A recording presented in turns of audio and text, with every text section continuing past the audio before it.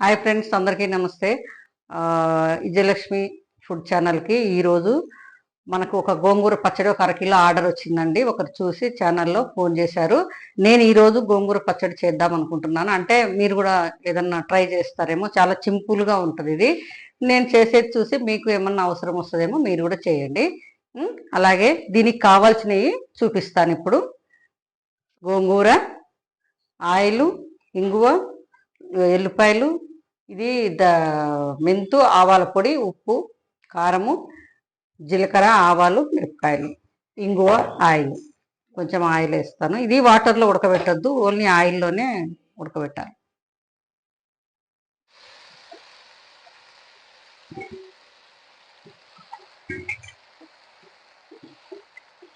కొంచెం ఉప్పు,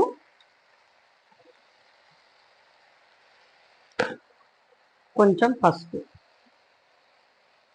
పసుపు కొట్టించిందండి, పసుపు కొమ్ములతోటి.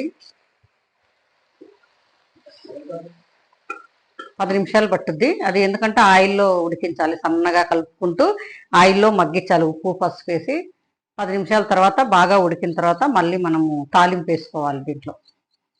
అది చూపిస్తాను.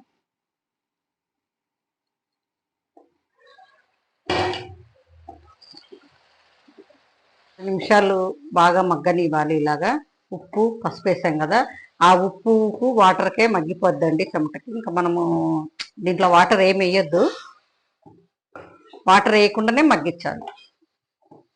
వాటర్ వేస్తే నిల్వ ఉండదు అనమాట పచ్చడి.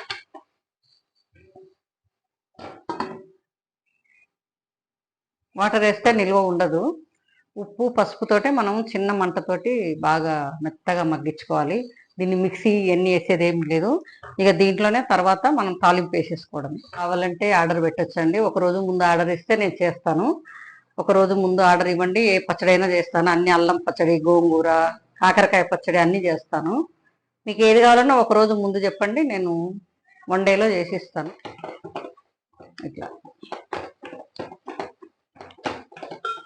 ఇది మిక్సీ ఏమి ఉండదండి, మనం ఇట్లా అనుకోవడం.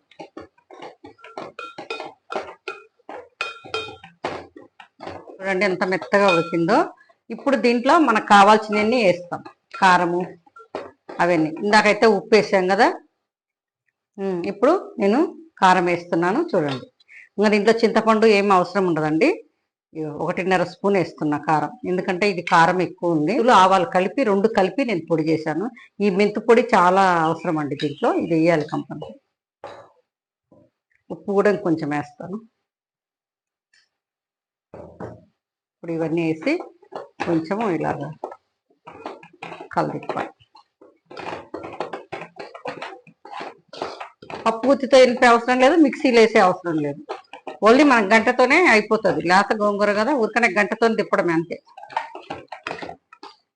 వాటర్ లేకుండానే ఆయిల్తోనే ఇలా మగ్గించామన్నమాట. ఇప్పుడు మనం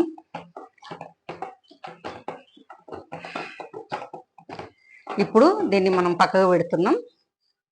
పక్కకు పెట్టి ఇంకొక బాండీ తీసుకొని తాలింపు వేస్తాను నేను. కొంచెం ఆయిల్ ఎక్కువ ఉంటేనే నిలవ పచ్చడి టేస్ట్ బాగుంటుంది అనమాట, ఖరాబ్ కాకుండా కూడా ఉంటుంది. జీలకర్ర ఆవాలు వేస్తున్నాను. జీలకర్ర ఆవాలు,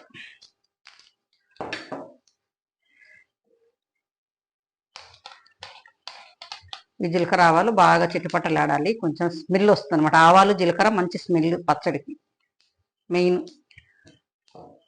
కాగినాయి కదా. ఎల్లుల్లి ఒలిసి కొంచెం కచ్చపచ్చగా నలగొట్టానండి, బాగుంటాయని. ఎల్లిపాయలు చాలా బాగుంటాయి. ఎన్ని ఎల్లిపాయలు వేస్తే అంత టేస్ట్ పచ్చడి. అలాగే వెండిమిర్చి, 4 వెండిమిర్చి. ఇంగు కూడా వేస్తాను కొంచెం. ఇవి అయినాక కొంచెం దించేటప్పుడు ఇంగు వేస్తాను. కరివేపాకు ఇవన్నీ అవసరం లేదండి. కరివేపాకు వేస్తే ఇవి నిల్వ పచ్చళ్ళకు కరివేపాకు కొంచెం ఇది అవుతుంది, వేయొద్దు. కరివేపాకు వేయొద్దు. ఇంగువ కొంచెం ఇంగు వేసుకోవాలి, టేస్ట్ చాలా బాగుంటుంది. ఇంగు ఏ పచ్చడికైనా ఇంగు వేస్తేనే రుచి వస్తుంది.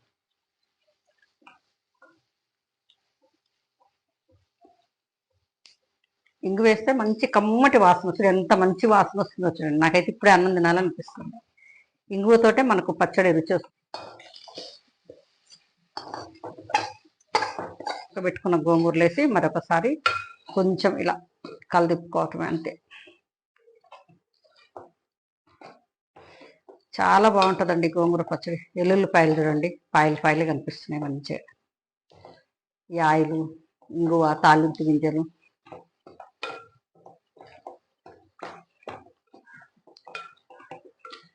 చూడండి ఎంత గుమ్మగుమ్మలాడిపోతుంది స్మెల్. మంచి వాసన వస్తుంది గోంగూర పచ్చడి. చూడండి ఈ పచ్చడి ఒకసారి మీరు కూడా, ఇది ఎవరైనా పచ్చడి పెట్టని రాని వాళ్ళైనా చేసుకోవచ్చు. మా యూట్యూబ్ ఛానల్కు కొంచెం లైక్ చేయండి, షేర్ చేయండి.